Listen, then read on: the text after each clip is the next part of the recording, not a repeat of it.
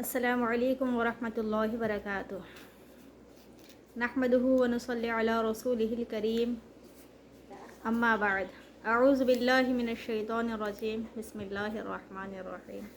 قال اللہ تعالی فی القرآن المجید، اعوذ باللہ من الشیطان الرجیم، بسم اللہ الرحمن الرحیم۔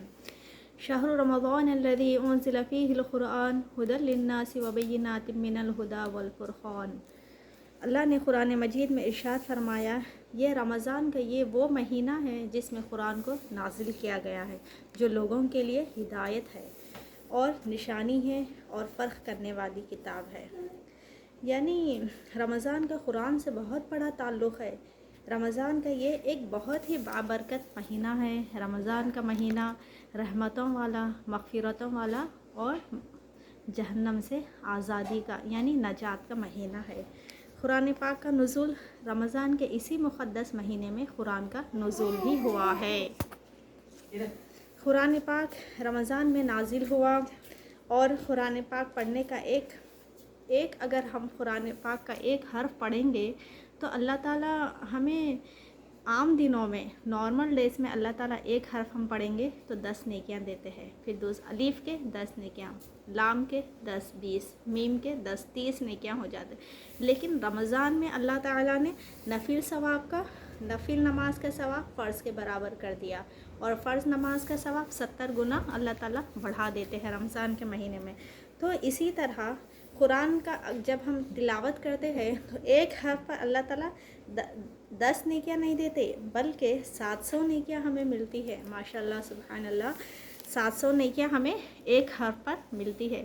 تو دیکھیے، قرآن مجید کی جب ہم تلاوت کرتے ہیں، لہٰذا قرآن مجید کی تلاوت کرنا یہ بہت ہی سعادت کی بات ہے، سعادت کا عمل ہے۔ اس ماہ کا قرآن مجید کے ساتھ بہت بڑا تعلق ہے، اس لیے ان دنوں میں قرآن پاک کی تلاوت کثرت سے کرنا چاہیے۔ اور حدیث میں آتا ہے کہ قرآن پاک انسان کے لیے شفاعت کا باعث بنتا ہے۔ یعنی جب قرآن پاک کی ہم تلاوت کثرت سے کریں گے تو یہ قرآن مجید قیامت کے دن اللہ کے سامنے ہماری سفارش بن کر آئے گا اور عذاب کے درمیان ہمارے لیے دیوار بن جائے گا۔ یعنی قرآن پاک قیامت کے دن اللہ سے سفارش کرے گا اور کہے گا کہ اے اللہ، فلاں بندہ تیری عبادت کے بعد میری تلاوت کرتا تھا، لہٰذا تو اس بندے کے گناہوں کو بخش دے اور اس کے عذاب کو ختم کر دے۔ تو دیکھیے، قرآن پاک کی تلاوت کثرت سے کریے، اور قرآن پاک کی جب ہم تلاوت کرتے ہیں تو ایک حرف پر ہمیں رمضان کے مہینے میں 700 نیکیاں ملتی ہے۔ تو قرآن بھی ہمارے لیے سفارش کرے گا اللہ کے سامنے۔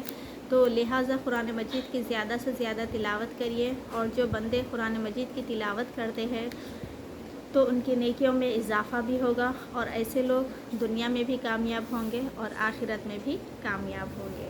جس نے قرآن کو پڑھنا چھوڑ دیا وہ دنیا میں بھی ناکام اور آخرت میں بھی ناکام ہوگا۔ وآخر دعوانا ان الحمد للہ رب العالمین۔ السلام علیکم ورحمۃ اللہ وبرکاتہ۔